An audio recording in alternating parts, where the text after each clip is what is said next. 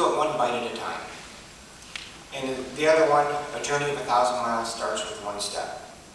We often say these once we're faced with some large undaunted task, and we have to keep repeating it to get ourselves through. I think school is a good example of this. When we first moved here, my wife and I went out and we looked at the nursing schools, and it just seemed overwhelming when we looked at all the classes that you needed and read the syllabuses of each class and what all was required to learn.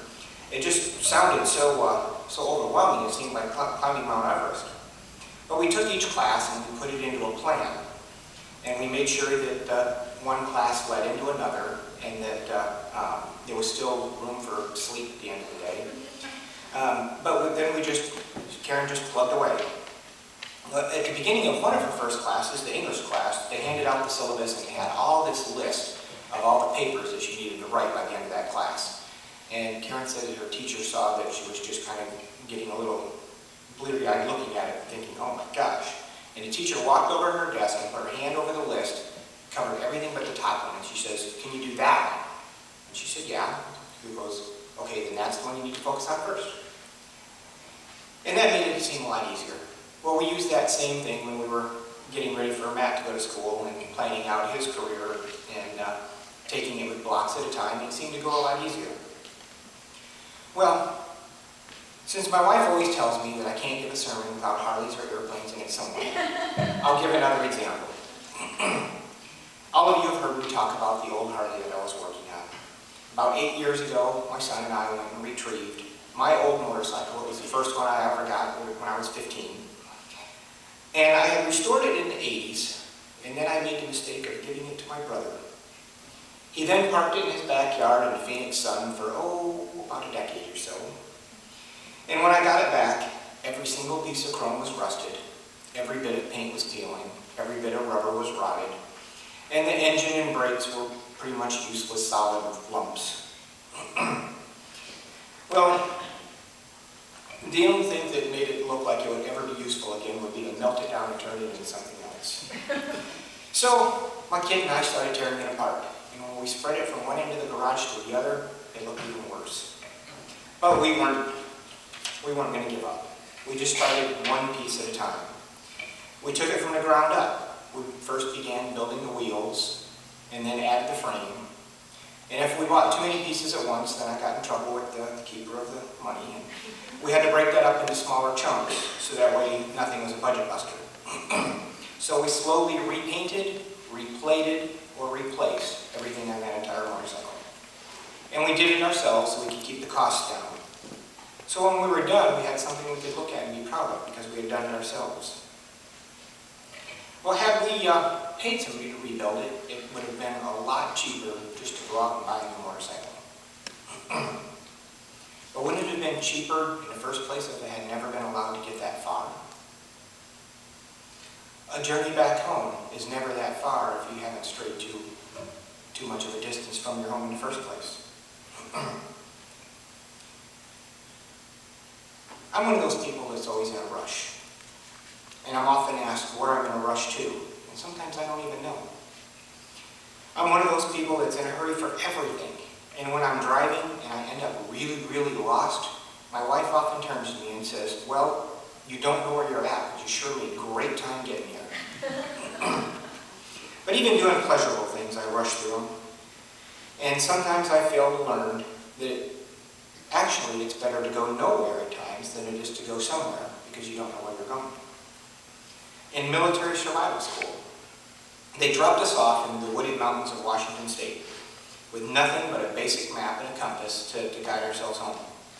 And we were given coordinates of a rendezvous point, and we had to go and find that. But one of the things they taught us is the worst thing you can do is just start running off because you don't know where you're at. You could end up lost even further or end up in a life-threatening situation. Our training was to not go anywhere until you figured out where you were at. And you may have had to walk a few steps either way so that you could see a navigation point. But once you saw those fixed points off in the distance, you were able to figure out where you were at and then know where you were going. But on to the goal. If that's your mantra in life, the first thing you need to do is find out where your goal is. In survival school, they gave us coordinates. Now, coordinates aren't something that you just see when you're walking down the street. You don't walk along and trip over a line of longitude. Those are theoretical lines that are based on fixed points. For a motorcycle, my end goal was easy. It was on page 5 of the service manual. I merely had to turn to that, and there was a picture of the motorcycle when it was brand new. In project management, we're always taught, along with knowing what your end goal is, to know where you are so that you know what you need to change. And on to our goal. What is your goal? What do you want to accomplish on the way? Some people say it's that big promotion, the big house, or the shiny old motorcycle. But as we get closer to the end of our journey here on earth, the more our perspective on our journey of life changes. We begin to see through the trees to those fixed points in our life and realize where that end goal is and begin to triangulate in on it. We're instructed of what our end goal is. It's to reach and return to our Heavenly Father. In the book of Matthew it says, "And again, the kingdom of heaven is like unto a treasure hid in the field, there which the man that hath found it, he hideth, and for great joy goeth and sell all that he has, and return to buy the field. And again, the kingdom of heaven is unto like a merchant man seeking goodly pearls, who when he found one pearl of great price, went and sold all that he had and bought it." We should be working towards the kingdom of heaven as though it was the most valuable thing in our entire lives, because it is. It should be our greatest desire. It should be the one thing that you're willing to sell everything that you have to obtain. And now that you know where you are, and you know where you're going, you need to figure out how do you get there. Well, what separated us in the first place? In Genesis, it tells us that of the fall of man, where Adam made the choice to exercise his free agency to disobey the Lord. Prior to that point, man had no separation from God. But still, it doesn't tell us exactly where we are in our lives. So, like finding your way home, you first see how far away you are and what obstacles you've placed in your life.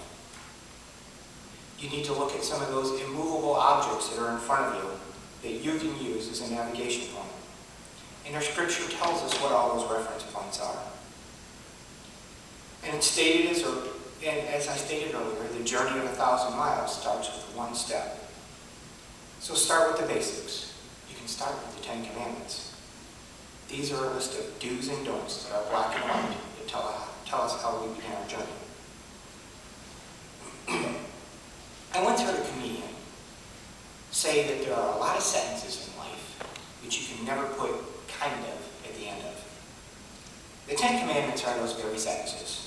And he even used adultery in his example. I mean, could you imagine a reaction you get from your spouse if you said, "I've never committed adultery"? Kind of. Well, the 10 Commandments are not kind of types of laws. You can't take them with shades of gray. You can't kind of not kill. You can't kind of not worship other gods. Yet we all kind of do. Anything material that you put between you and the Lord is something that you've chosen to worship. I was really proud of that old motorcycle when it turned out, but if I'd been diverting my tithes to pay for its restoration, I would have been putting it ahead of God. I would have taken what was rightfully God's, what He generously gave to me, and used it to worship on another object. Just going down the list, do you kind of keep the Sabbath holy? Or is there something you've put in the way between you and the Lord? Anything that you let come between you and worship makes you kind of keep the Sabbath holy. And I know that I'm guilty of sometimes putting off church because I feel that I need to go into work. Nobody ever lays on their deathbed wishing that they had gone into the office just that one more time. Do you love your neighbor as yourself?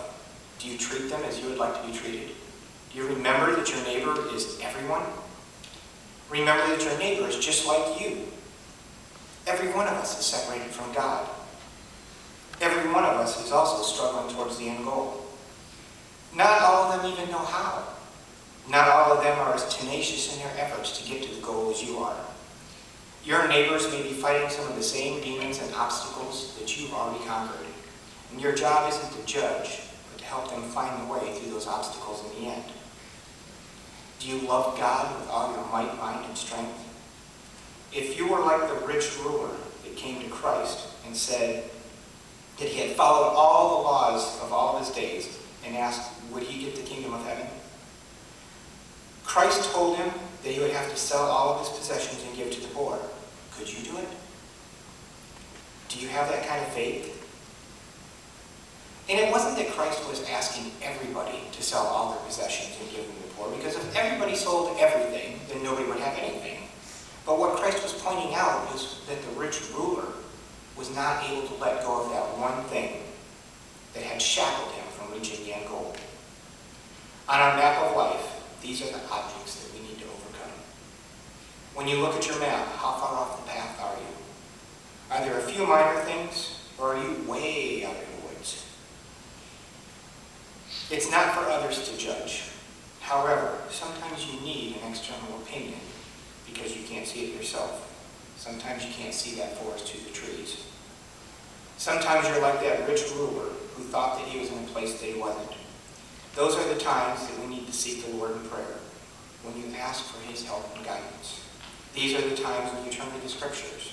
The Scriptures give you the knowledge to know what's required so that you know where you're going.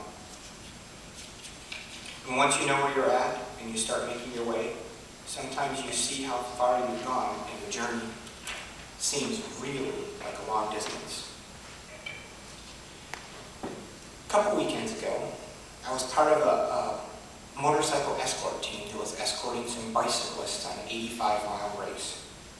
Now, that seemed like a long distance in a car, let alone pedaling. But during that race, I never heard one person say that it was too far, so why should they bother? They didn't seem focused on the whole 85 miles, they just seemed focused on the next mile, the next hill, and the next watering point. But with the race, that's where our analogy ends. Because in this endeavor, you don't win by getting there first and getting there alone. Once a while back, my family and I were touring England's countryside, and we saw this beautiful manor house that had signs up that it was open for touring. So we pulled in, and it just so happened that there was this sheepdog demonstration that day with a bunch of really well-trained border collies. And when we went to the demo, these dogs were way off at the other end of this really big field. Like, you could hardly see them. And when the master called, I'd never seen dogs run so fast in my entire life. My gosh, they ran. And they immediately went into action and started gathering up all the sheep. And then they started driving to the sheep to where the master had instructed them through a series of really loud whistles. These dogs were smart, and they were fast, and they knew exactly where to go. Now, they could have went to the end goal really fast, all on their own. They could have ran to the other end of the field, and as if to yell, "Winner, here I am." But do you think that the master would have reacted happily if they'd left all the sheep out in the field? They didn't get anything for being first. They didn't get anything for being ahead of everybody else. You don't get a bigger share of heaven if others don't make it in. The kingdom of heaven is big enough for everyone. Would the master have been pleased if the dogs had returned and he had left even just one lamb out in the field?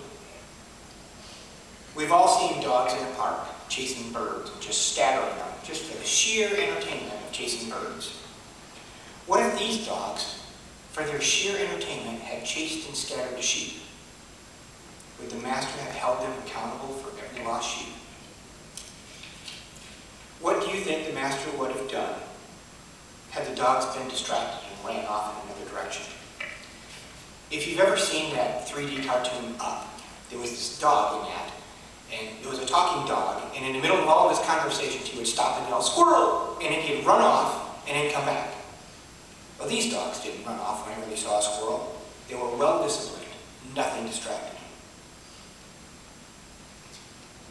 As soon as you figure out where your goal is and where you are and the obstacles in your path, do you want to just run to the finish line? As soon as you understand what you're supposed to go, do you sprint and get there and yell, "Winner"? Well, when you do, you need to turn back and look in the field. did you leave the flock grazing on the other side of all the obstacles? Getting there was another fault that Christ was pointing out to the rich ruler.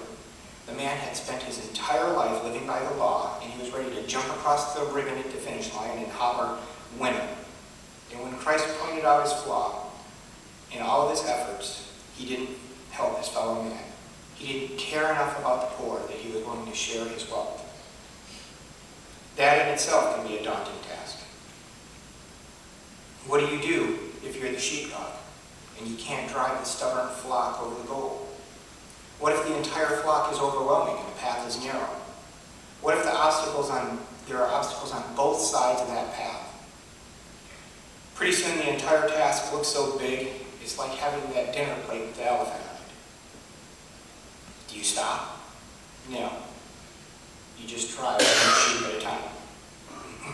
And when the dogs drove the flock, one wasn't treated better than the other if he brought more sheep in, because some dogs had more stubborn sheep than others. No, if the flock was stubborn or too big, or just didn't want to be intimidated by the dogs, then the dogs just drove one at a time. And as soon as they got a couple of them to start moving, pretty soon the rest of the flock began to follow. We each look at our map, our goals, our compass, and we see which way to go. Baptism is your first step. You finally recognize what your goal is, and you want to start working towards it. And baptism is the commitment in your life, a turning point in the direction that you walk to start walking towards that goal. Communion, the bread and wine. This is your quick compass check to re-energize you, to make sure that you're walking in the right direction. They're reminding you that you are a Christian. And there is no kind of Christian. You either are or you're not. And if you think yourself kind of Christian, then you're ignoring your compass and what it's telling you, and you walk off the path in your own direction. And when you do this, and you're walking on your own, avoiding the goal, it's easy to see why we were told that without the right spirit, partaking of the bread and wine is merely drinking to the damnation of our souls, because we look at our compass and we refuse to follow it. And when many people are making their journey, and they look for those fixed points they use to navigate, how many people do you think are looking at you, that you're the fixed point that they're navigating from? When you're a mom or a dad, it's pretty apparent to see that you're somebody's fixed point in life. If you have kids, they mirror every flaw that you have, more exaggerated than any funhouse mirror. If you ever come home and complain about a coworker, that's the first thing your kid's going to say when they meet that coworker. If you've ever made cutting jokes in private, then it's going to be repeated in public. And it's probably more people than you ever think use you as a reference point. And it's probably more people than you think that need you as that sheepdog. It's an easy journey back if you didn't stray too far. But if you haven't gone far, do you jump across that line and holler winner? Since you know where the obstacles are, it would be easy for you to go and gather the flock. In Matthew it says, "How think ye, that if a man have 100 sheep, and one of them has gone astray, doth he not leave the 99 and go into the mountains and seek the one that has gone astray? And if it so be that he find it, verily I say unto you, he rejoiceth more for that sheep than the 99 which had not gone astray. Even so, it is not the will of the Father which is in heaven, that one of these little ones should perish." Today, as you take part in your communion, remind yourself that the journey is short if you didn't go far. Even if it's far, it can always be made shorter by a step in the right direction. Stay strong. Follow your compass. And think about your journey to follow God and how many more are following you. And when you reach the end goal, are you alone, or have you been gathering the sheep?